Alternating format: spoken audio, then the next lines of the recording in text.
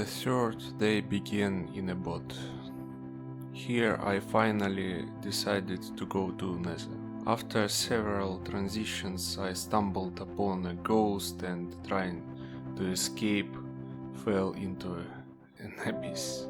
This time all my inventory was definitely gone, so without a doubt I tried to go in the other direction. Seeing a wizard health bar, I decided to return to the normal world. After another trip to Nether, I was killed zombie traveling through the portal.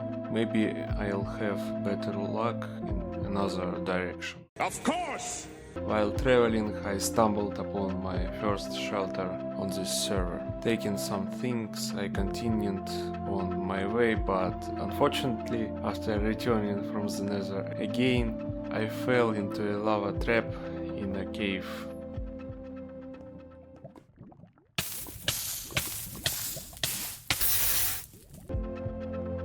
Fourth try. I defeated the slime, put it in a chest and died from mobs. Initially, I planned to go 50,000 blocks away from my shelter today, but after several unsuccessful attempts, I lowered the bar and set a goal of going at least 15,000, and I achieved it. My next goal will be to go 100,000 blocks away from the spawn point. Before recording, I started mining and discovered that there was already someone else's tunnel very close to my base. I knew I had to leave as soon as possible before I was discovered. There was an ender chest near the destroyed building. I put some of my things in it and set off. After a while I reached someone's shelter where I was able to set my save point and leave a review. I also waited out the night there. Soon I entered the Nether. This time I was lucky and climbed to the top of the Nether and was able to go quite far. I decided not to tempt fate and returned to the Everworld. Teleported to a high point, but I had a bucket of water with me, so getting down was not a problem. As soon as night fell, I played it safe, set up a bed and saved my game at my makeshift shelter. Later I went to the Nether. After spending another night walled up, I discovered a village for the first time.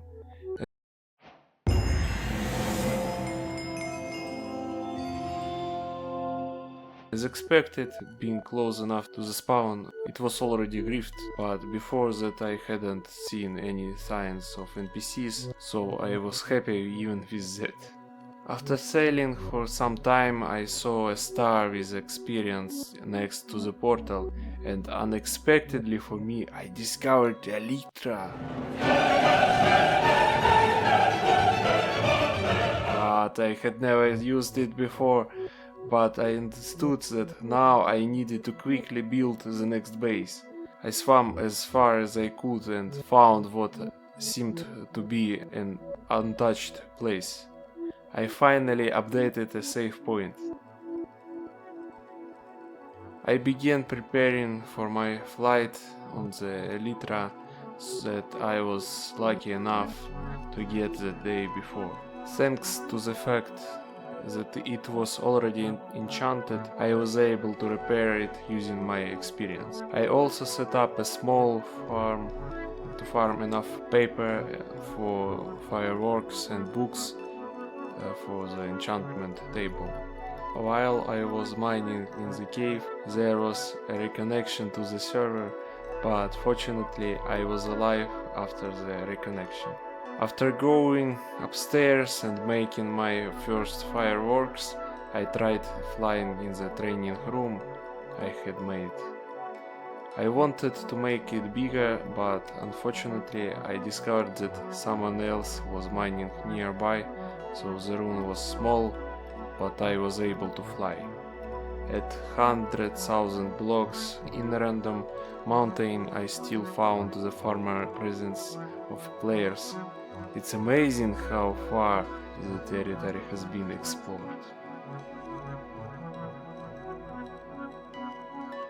The 6th day was my first flight on the Elytra. For my first flight in this game, I covered about 40,000 blocks, but I had to stop to repair the Elytra. Here I found large deposits of iron, but also the most annoying enemy in this game, the parasite. This creature sits inside blocks and attacks you when you are mining peacefully. On the 7th day I also mined and moved on. But by the end of the day I noticed a man-made object, but I didn't stay there long and move on.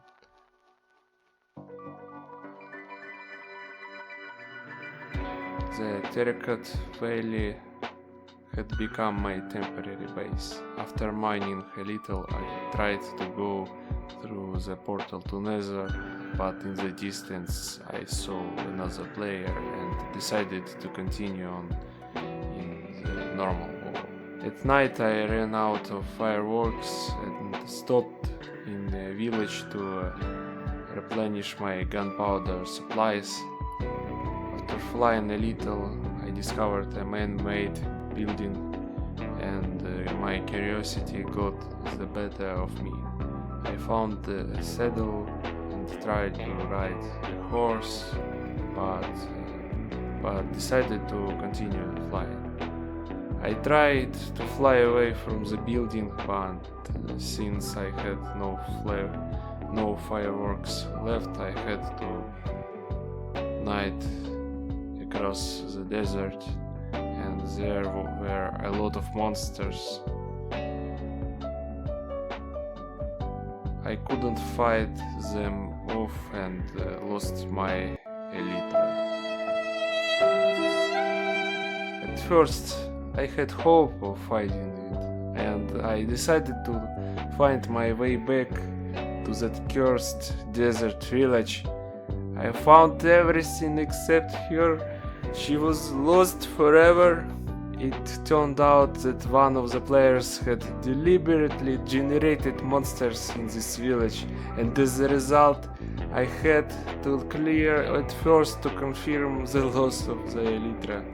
I had to continue my journey on foot. By the end of the day I was already 200,000 blocks away from the spawn point. On the 9th day, in order to get as far as possible, I went to Nether.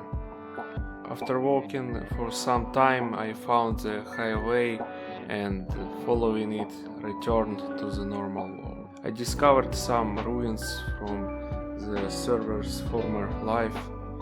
Here I decided to set up a temporary base and prepare for the big transition along the Nether highway. I saddled a horse, made my way to the highway, and spent a couple of hours riding along the obsidian road. When I reached the millionth point, I turned into a side tunnel, mined a little, activated the portal to Nether, and finally came out in a place where I didn't feel the presence of other players. In the next episode I will look for a place for my new home. Thanks for watching, subscribe to the channel and put the like and leave the comment under the video. See you next time.